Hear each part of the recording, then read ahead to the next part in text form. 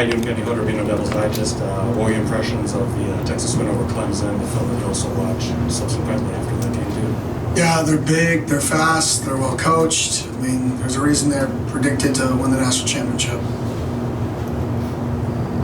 Hey, Kenny, Brett, 93 TV, CBS 5. So, in light of the Diego Pavia ruling, is there any conversation with your guys' JUCO experience about their situation and potential futures? 100%. We've talked through, getting some of the guys back. That ruling is right now just for Diego. It's not for everybody, but usually there's a kind of a slippery slope when something like that happens. So hopefully that our guys get the same benefit that he gets. But that's a tough balance right now. You're managing 85 numbers for a mid-year enrollee count, and you don't know the rules. So that's not easy to manage when the rules change in real time, and you have 2.5 weeks to balance it. So we're hoping we get some of our guys back that want to come back, that can come back. We just don't know who fits the category. It's not just as simple as JUCO. There's more dynamics with that, like clock and 5 years versus 4 years. There's other dynamics within that we're trying to figure out. Jordan, Craig, and Michelle. Hey, Kenny, Jordan Ham, Sports 360 AZ. Could you just kind of go through a quick rundown of the guys you've been able to sign through the portal and what you like about each of them? Yeah, so obviously a wide receiver, we signed 2 guys up to this point. One, a big guy, and the size that he produces is good. His speed, he's 215 pounds. He moves around well. He had a setback when he was at Clemson, but other than that, he's been an awesome person, and a lot of people around him say he's really good. So we watched his high school tape. He's really good. Just hasn't played a lot of Clemson, which is good for us because he fits the culture of our program.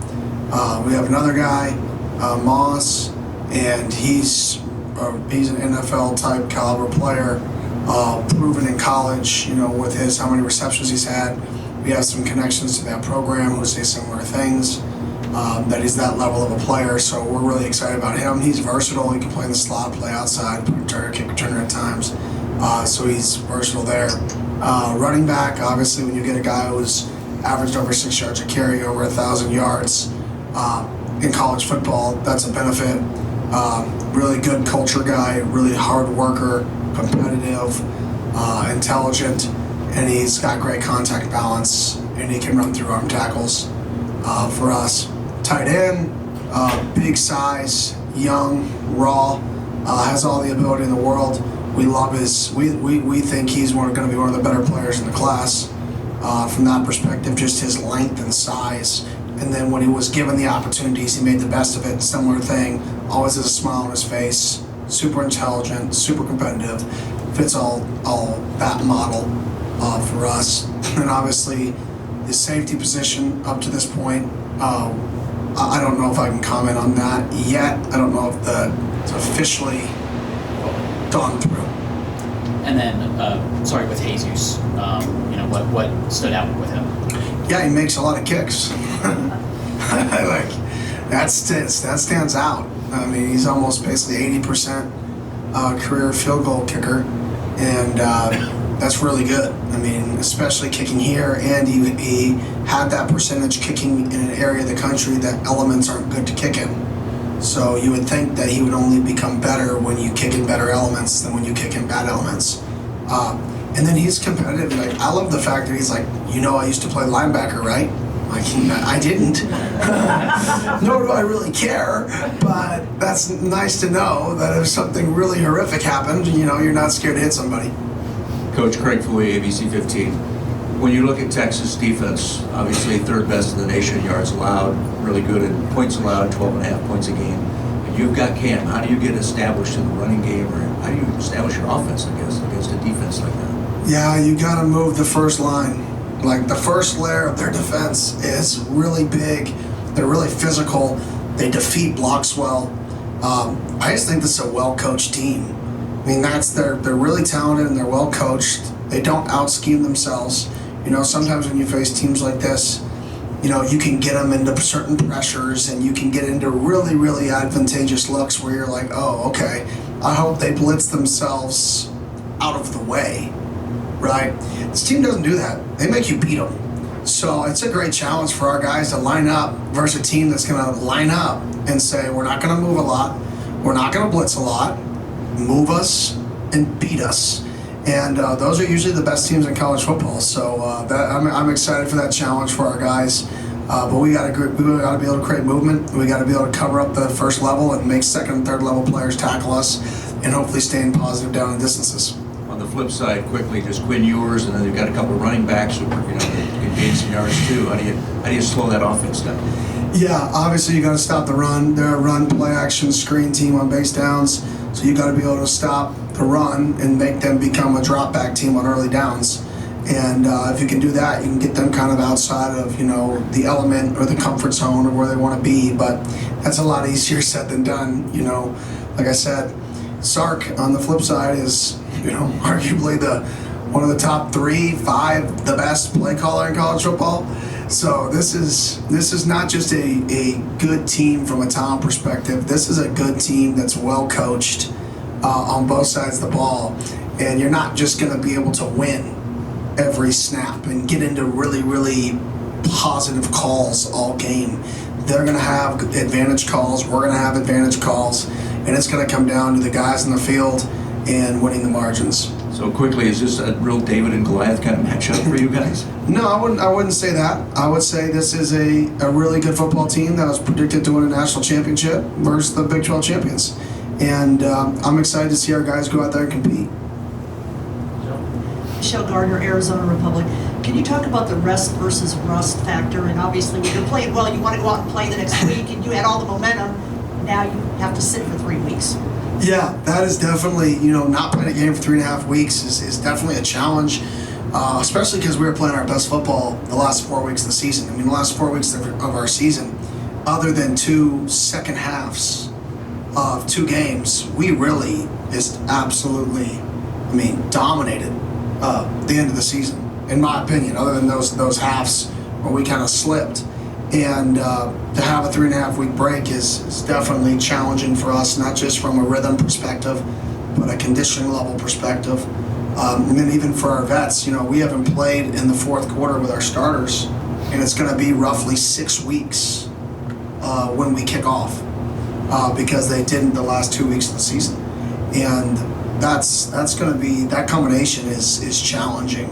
And but this team's overcome so much adversity this year. They kind of thrive off of overcoming challenges and playing teams on short weeks when they have bye weeks, and having to go on the road off of a team's bye week to one of the best teams in the conference. We don't have a bye week. Like we've faced so many difficult challenges like that this year. It's just another one of them. Tyler Bolden, 12 News. Coach, do you see, or what kind of similarities do you see with your program and Texas, considering the rebuilding factor? Because they, under Sark, the first year, had 5 wins before getting to where they are now, too. Yeah, I don't know if there's a clear comparison there, to be honest. I'll say a similarity is we both recruit the state of Texas at a fairly high rate. To be honest, offensively, we're very similar. Schematically and defensively, other than the fact that they're a mixed front, odd and even, we're very similar defensively. So schematically, there's a lot of similarities. And then we recruit, heavily in the same state. I believe they were the Big 12 champions last year. So we're the Big 12 champions this year. That's a similarity. But in terms of the situations, when we both got the job, I don't know his situation other than the records and stuff like that. I just know he's done a great job. I think he's in year 4 now. And in year 4, I think he has his best football team that he's had. And he's got a national championship level team. And I'm excited to go play it. Hey, Kenny, David Orr at Arizona Sports. Was just curious what you make of the dynamic between Weiser and Blue, specifically with that change of pace look they bring. Yeah, you have kind of the thunder and lightning mantra. You have a guy who's going to run you over. He's still fast, so it's like thunder, lightning, and then like super lightning. But no, it's a good combination for them. Both those guys are NFL backs, And the offensive line does a really good job, including their tight end, in the wide zone game, creating creases.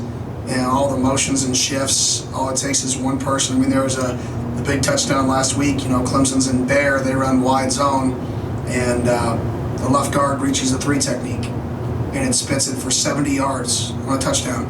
Nobody's going to talk about the left guard reaching the 3 technique, which was the difference in the game. Right? Everybody's going to be like, oh, what a great run.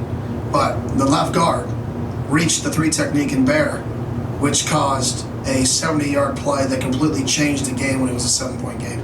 And they just play really good team football, and they have explosive playmakers. If you get reached, if you're not in your gap, they're going to make you pay. And those are always the best teams in college football, the teams that make you pay for your mistakes, and this is the team that does that. And then quick follow-up. Do you think in general that having a strength on offense will naturally make your defense better at dealing with it when it's a strength for other teams? The way, kind of a run game is a strength here for you guys? 100%. What usually your offense and defense, in my opinion, on good teams reflect each other. If you're really good passing, like this team, they're one of the best passing offenses in the country. I think they're 17th in the country, and they're second in the country in passing defense. Iron sharpens iron. So when you're really good at something, the other side of the ball should become better at that same something. And if you're really good at something else, the other side of the ball should become better at something else. As long as you're practicing versus each other and competing in all those environments. If you're a split kind of team guy where the offense goes over here and the defense goes over here, no correlation. But if you're a team like I know Coach Sarkisian is, which is a guy who has a football team, not an offense and a defense, but they go versus each other, they challenge each other, then you're definitely going to have the iron sharpens iron method there. Michael, and then Julia. Coach Michael Carrison, Pitchfork Lunch.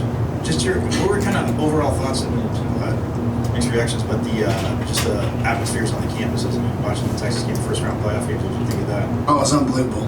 It made me kind of jealous. I'm like, dang, I wish we could be playing right now, hosting one of these games. Because it's an experience that those guys who played in that round, who played in those home games, will never, ever, ever forget, is the experience of playing in that home game in the playoffs at home, whether it was 12 degrees. I'm glad it wouldn't have been 12 degrees here.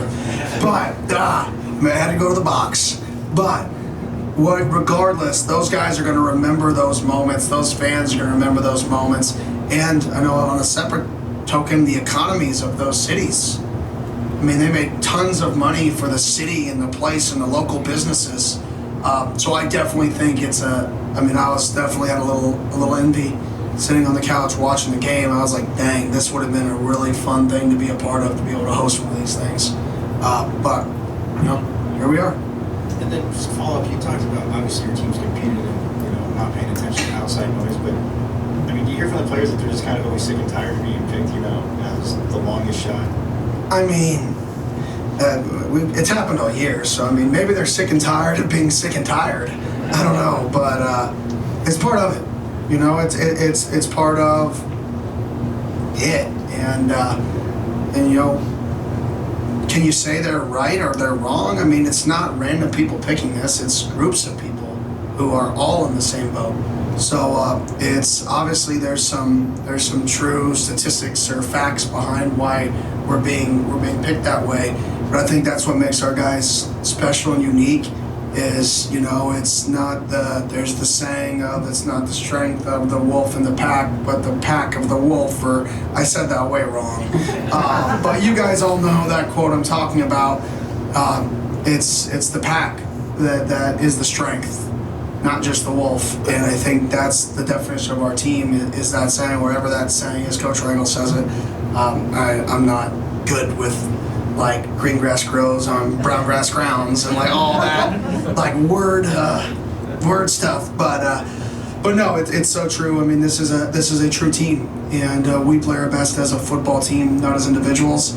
And I'm excited to go see what our guys can go do. Julia, Adam, Jordan, Michelle. All right, Coach. Julia Lopez from 3TV CBS 5. Just how are you approaching game week this week? Is it status quo, or are you guys pushing it up a couple notches with what's on the line? Yeah, status quo, but we have a few more days. So today we had a little meeting this morning. We'll come back for our normal walkthrough, which is a normal Monday. Tomorrow we'll have a normal Tuesday. It'll be a little more intense because we need to have a high intensity practice because we haven't hit a workload high enough because we haven't played a game in so long. So we'll have a really high intensity practice. Give the guys off Tuesday night. If they want to travel home, give the guys off Christmas. Give the guys off Thursday morning. Come back Thursday afternoon and kind of treat that like a Monday night, Monday walkthrough. Get a bonus Tuesday practice in, and then normal week. So we kind of have 2 bonus walkthroughs, 2 bonus practices, normal week from there with a little bit of a break in between. Hey, Coach Adam Beadle, Mark. How elated have you been with the guys who have decided to return? Does that kind of make it a little easier going into the postseason, knowing that you just have a group of guys that are bought in? Yeah, I think there's more guys. I mean, some guys post on social media, some guys keep things to themselves. It really doesn't matter to me. I think guys like to be here. I think they enjoy it. Is that to say that there could be a surprise? Who knows? I don't know about it. It'd be a surprise to me because everybody I think wants to be here. But in today's landscape of college football, you can't blame the kids. This is an adult problem that kids are participating in, and that's why everybody who leaves supportive of, everybody who stays supportive of. I just want what's best for the guys on our team, and let's take it one day at a time and see where we end up. Jordan and Michelle. Again, have you had any interactions with Sark over the years, or really any of the Texas coaching staff? I really have not. I don't know many people. Like, I really don't. I know, like, my little bubble of people. I'm a horrible networker. I don't really network. So, no. Like, and ironically, there are some people that I know that we've played this year, but I really don't know, compared to other coaches, many people. I have my little bubble. And then, does the team have any holiday plans for anybody not making the trip and staying in Tempe? Yeah, we're going to kind of go through that as a leadership council here tonight. So they don't even know that yet. So there you go. Sure. Kenny, you've got a lot of players on your, I think 6 that came from Texas or played in the Texas program, and a boatload of guys that are from the state. So have you gotten any kind of inkling from them how excited they are about this and what it means to them? Yeah, I mean, if you're not equally as excited if you're from Texas or if you're from, I don't know, pick your state. Like, if you're not equally excited to play in the Peach Bowl with 8 teams left in college football, then we got a problem. There should be no more level of excitement for who we play. Like, this is an opportunity that some people dream their entire life to have. So I would hope our guys that, have that background have the insane exact excitement and passion and belief as Leaf does, as Ben Coleman does, as Coach Rouser does. So I would hope it's everybody focused on us being the best version of us and not, those distractions. I got one follow-up. Go ahead. Somebody else. Wanted to ask, obviously there were a lot of lopsided games this week, and a lot has been mentioned about the Big 12. Do you guys feel any kind of pressure or just kind of wanting to represent the Big 12 to kind of combat all the negativity that the Big 12 has gotten all year? No, I mean, I want to go be the best version of us. I mean, I wish, my brain thought like that. It doesn't. I just want to go be the very best version of us, play our best game we've played all year, take care of the football, win the middle 8, win the margins, stop them in the low red zone, get off the field on 4th downs. Like, I want to do all the things necessary to put yourself in position to win a football game, and then play as hard as you physically can, for as long as you physically can. And if we do that, we're 6-1 in close games. Let's make this thing a close game, and let's compete for 60 minutes and see what happens. Good. Cool. Thank you. Let's go. Oh, shit. See y'all later. Bye.